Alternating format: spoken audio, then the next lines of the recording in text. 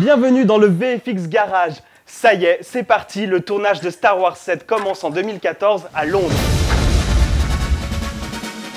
On ne connaît pas encore le scénario de cette nouvelle trilogie produite par Disney, mais à vrai dire, on s'en moque. Parce que Star Wars, c'est avant tout l'histoire d'un homme, l'histoire de George Lucas.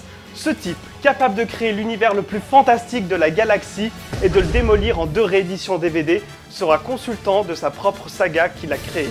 C'est pourquoi on lui a rédigé notre carnet de doléances pour lui éviter les fails. Et là, on va la refaire parce que... Tu fais quoi, Syl? On tourne, là? Qu'est-ce qu'il y a, Nico?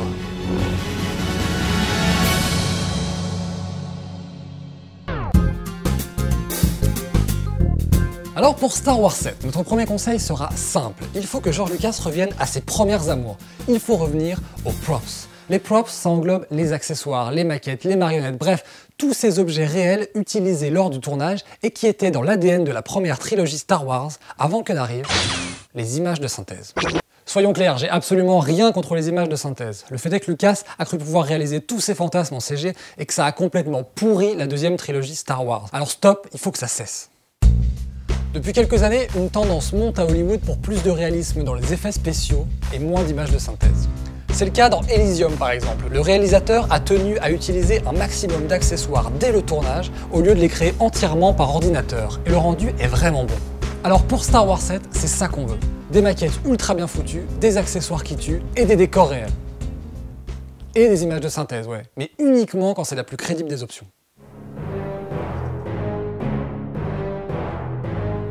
Conseil numéro 2. Pour réussir ces effets visuels, il faut arrêter d'en mettre partout, surtout dans les scènes de baston. 2 sabres laser dans la pénombre, c'était juste la classe dans le Retour du Jedi. Pas la peine d'en faire des caisses, il faut engager les bons comédiens. Et quand je dis bons comédiens, je parle des comédiens adéquats. Et c'est pas la même chose. Prenez Corentin. C'est un comédien, un vrai, un bon. Mais ça ne suffit pas, regardez. Corentin, fais-nous un coup de pied de karaté. Comment ça? Mais je sais pas moi, un Tatsumaki, un Jackie Chan.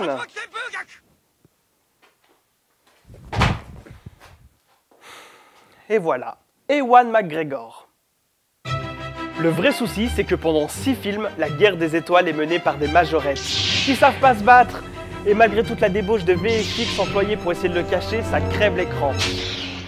Le seul combattant crédible dans tout l'univers Star Wars, c'est Darth Maul. Et pour cause, il est interprété par un cascadeur, Ray Park, qui pratique aussi les arts martiaux.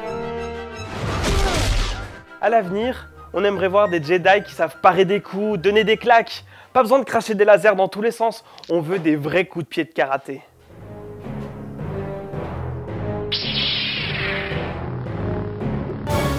Notre ultime souhait pour Star Wars épisode 7 serait de découvrir de nouveaux effets visuels emblématiques. De nouvelles références quoi. Des effets gimmicks qui nous feraient autant rêver que... Et que le sabre laser, pourquoi pas? D'ailleurs, quand on y pense, la plupart des vieux Star Wars se basent sur des effets qui sont passés dans la postérité. Certains d'entre eux sont tellement connus qu'ils sont inclus de base dans les logiciels vidéo. Adobe. Bon, pour ce qui est de la deuxième trilogie, c'est pas trop ça. Mais si Lucas et Disney veulent continuer à remplir des expos entières d'objets collectés sur les tournages, bah va bien falloir renouveler le mythe, hein. Mythe qui dure depuis les années 70.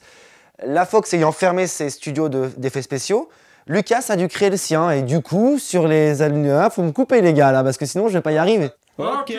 N'hésitez pas à partager la vidéo si elle vous plaît et à vous abonner pour pouvoir être sûr de revoir les visuels. Je me suis chié. Non,